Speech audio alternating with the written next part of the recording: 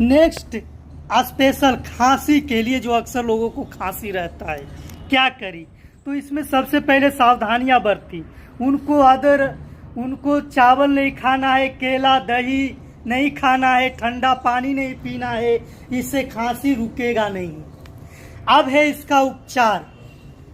लौंग तवा पर भून कर चबा कर खाएं। 5 या आप लगभग 50 लौंग को तवा पर भून लें, 2-3 लौंग मुख में लेकर चबा कर खाएं और घुट जाएं।